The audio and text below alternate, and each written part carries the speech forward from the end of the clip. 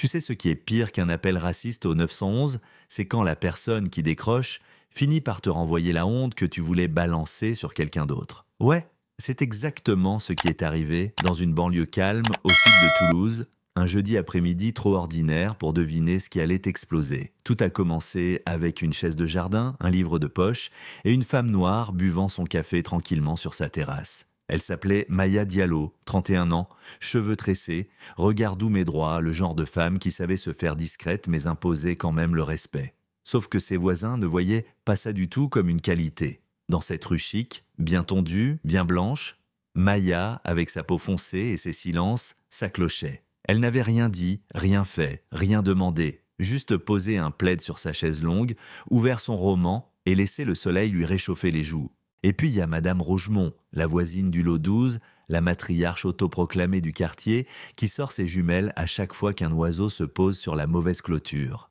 Elle la regarde de loin, fronçant les sourcils comme si Maya préparait un cambriolage invisible. 10 minutes plus tard, 3 voitures de police qui débarquent, sirènes hurlantes, gyrophares, comme un bal de fin d'année. Un jeune flic s'approche, main sur la matraque, voix tendue. « Madame, vous habitez ici ?» Maya le regarde sans lever un sourcil, tend sa carte d'identité et répond d'une voix calme. « Oui, et vous ?» Le silence après ça, je te jure, tu pouvais l'entendre tomber sur les pavés. Sauf qu'un deuxième agent, plus jeune, regarde le nom sur la carte, et là, il blêmit. Il murmure quelque chose à son collègue, et comme un interrupteur qu'on actionne, leur ton change.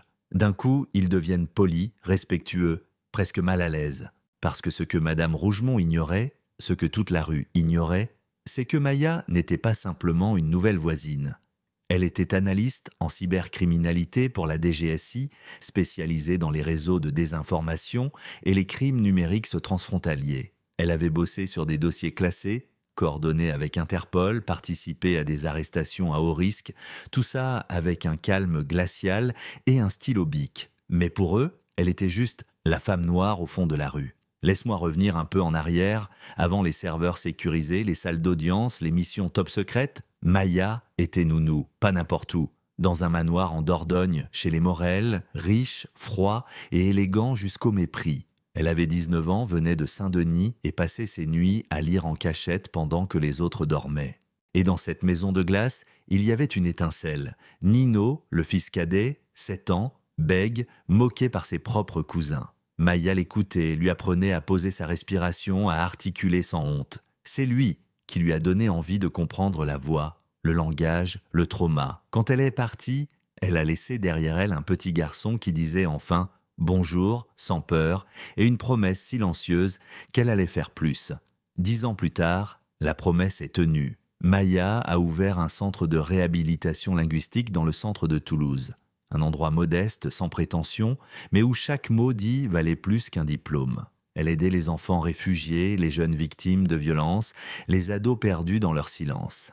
Et elle le faisait gratuitement, parce qu'elle savait ce que ça coûtait d'être invisible. Mais dans son nouveau quartier bourgeois, tout ça, ça ne comptait pas. Ce qui comptait, c'était la couleur de sa peau, la marque de sa voiture, le fait qu'elle n'assistait pas aux réunions de l'association de quartier. Et Madame Rougemont, elle ne lâche pas l'affaire. 2 jours après l'incident, Maya reçoit une lettre, officielle, imprimée, cachetée, l'invitant à une réunion exceptionnelle de l'assemblée de voisinage. Elle y va, elle s'assoit, et elle écoute. On lui parle de préoccupation, de climat de méfiance, de protocole d'intégration. Et Maya, toujours calme, toujours droite, demande « Donc, dans mon café sur ma terrasse, c'est une menace maintenant ?» Et là, Rougemont sourit, un petit sourire carnassier. Et elle lâche « On préfère prévenir que guérir. Les malentendus arrivent vite, surtout quand les gens ne partagent pas nos valeurs. » Il y a un silence, un de ces silences où tout le monde entend ce qu'on n'a pas osé dire. Et Maya, elle se lève, doucement, et sort une clé USB de sa poche. Elle la branche, et l'écran s'allume. Des vidéos, des extraits de journaux, des lettres de remerciements, des enfants qui parlent, des parents qui pleurent, des témoignages de policiers, de professeurs, de familles entières qui ont retrouvé la parole grâce à elle. Et puis, twist, un homme au fond de la salle se lève. C'est Monsieur Blanchard, retraité, discret, pas du genre à faire des vagues.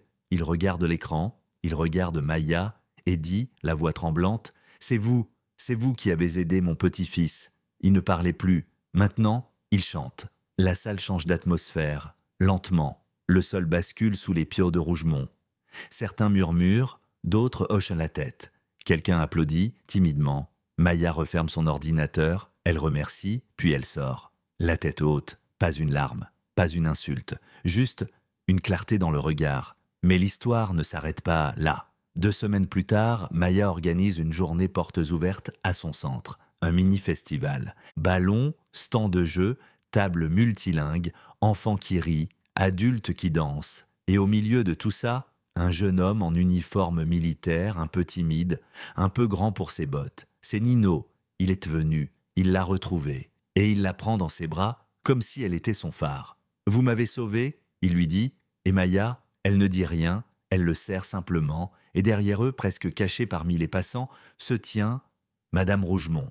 Elle regarde, elle s'approche, et dans un souffle, elle murmure « Je savais pas ?» Maya tourne la tête et lui répond « Parce que vous n'avez jamais voulu savoir. » Puis elle repart vers un groupe d'enfants qui peignent un arbre sur le mur. Elle rit, elle s'agenouille, elle continue. Ce soir-là, sur sa terrasse, la tasse est encore chaude, mais le silence a changé. Il ne cache plus, il célèbre. Et la rue, elle a changé aussi, pas entièrement, mais assez pour que quelqu'un baisse son téléphone au lieu d'appeler la police. Assez pour qu'on dise bonjour au lieu de détourner le regard. Alors ouais, c'était peut-être pas une révolution, mais c'était un début. Et toi, tu penses quoi? Est-ce que Maya aurait dû éclater, faire un scandale, ou est-ce que sa dignité tranquille était sa plus grande victoire? Dis-moi dans les commentaires, est-ce que la justice passe par le silence ou par le bruit? Et si cette histoire t'a touché, partage-la, abonne-toi, allume ta lumière même si elle dérange, parce que parfois de briller, c'est déjà résister.